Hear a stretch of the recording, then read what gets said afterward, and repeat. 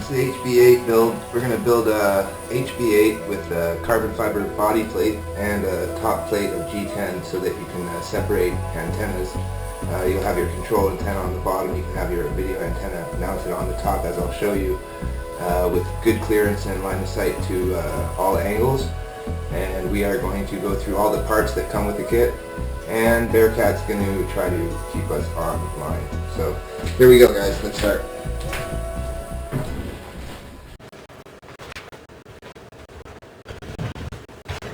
Okay, you're going to get a box.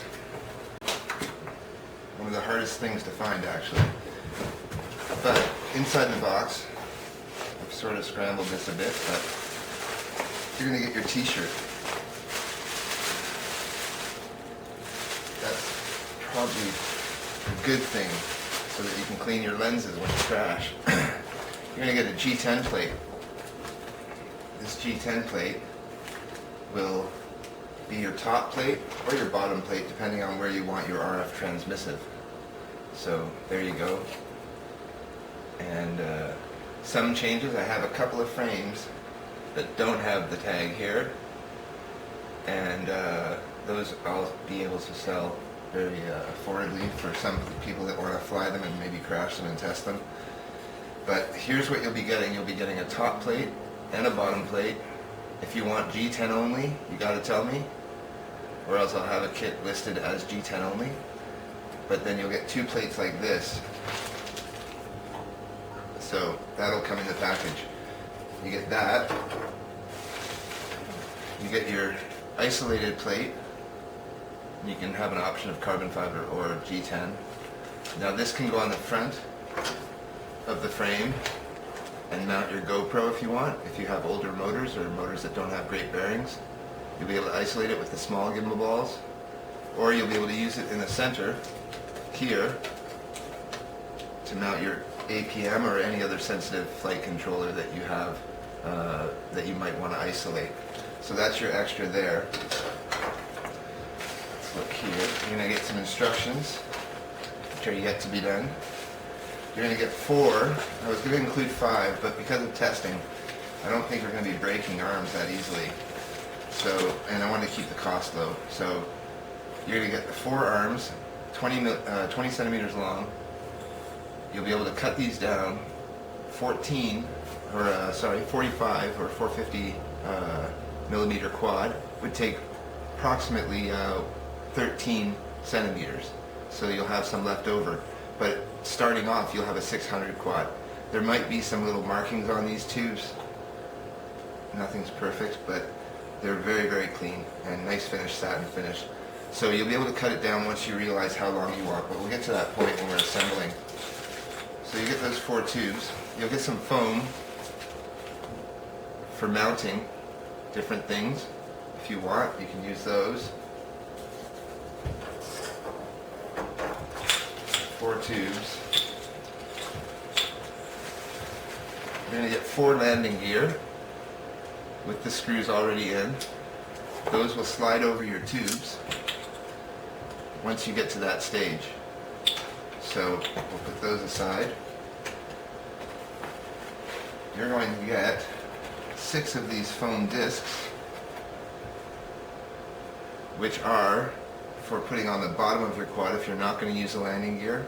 You can use these like I did on mine, and they actually, it sits very, very level when you do this. I've done some IMU calibrations with this setup, and I'm able to set up the quad with, these are the rough prototypes, but still you get the idea. Let me show you that. So you'll be able to put your 4 discs, or your 6 discs on the bottom, wherever you want. Maybe you want one at the tail or 2 at the tail like that, and then 2 at the sides here. It's up to you, whichever way you find it balances nicely. So that'll be your landing gear for non-gimbal or just hacking around in the field where you might be bumping like I do often, where you don't want your landing gear getting screwed up or your arms getting extra stress where not needed. So here you go. This is the motor mounts, the aluminum motor mounts. First couple of kits I might include the carbon fiber mounts as well, so you'll have options. Otherwise, ask me and we can include carbon fiber mounts if you want. These are some of the carbon fiber mounts that I'm going to be sending out for testing with the kits, and you'll be able to use these as well. Now you will require extra bracket here for your tube if you want to mount your ESCs or anything on here. That's what the idea was. So for testing, these will be pretty nice, and they are 1.8 millimeters, so they're quite stiff. So an option of 4 of those for the first few kits, or ask, and maybe I can put some aside. You're going to get these 27 millimeter standoffs. These are nylon standoffs. You must be very careful when you're putting your lock nuts on the bottom. Let it thread, don't thread it. And those are for the frame. Those will be one of the first things you use. You're going to get motor screws, M3s, for all your motors, for the motor mounts. They're standard, but I wanted to include stainless steel motor mounts. And your nuts will be in this bag as well for your standoffs.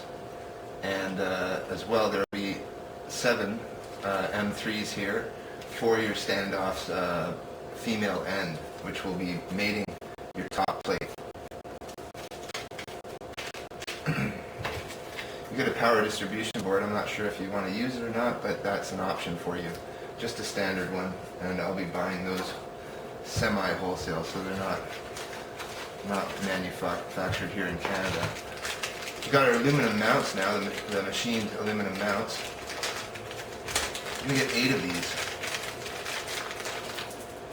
3 millimeter bolt, standard, and a nylock nut. 8 of these, 4 for the body, 4 for the arms, and they'll come in their own bag there. These will be all on the contents list. You are going to get 8 lock blocks. These are the Delrin plastic lock blocks that we're going to put on the arms first to set the squareness of the arm. Bunch of brass washers. These are for the nuts on the top of the, or the screws on the top and the bottom of the actual sliders, as well as at the motor mount position. So we'll be using those later. Extra little bonus is a little tiny LED battery monitor, so you can check your battery, make sure it's the battery and not the frame that's causing your crashing. Here's your battery strap. I'm going to include some black battery straps on the way, but I do have enough battery straps for the first few kits. And of course some bubble wrap. So there's the box. Once you get that, you can store your quad in this box and carry it around as well. I'm going to have to patch this little hole up here, but these are meat carrying boxes, brand new. So they are heavy duty, and they will stand up to some abuse. Next, we're going to start assembling. I'll turn on my other camera here. Okay, so we have our main body plates. We're going to put this aside. We're going to take a body plate and a carbon plate.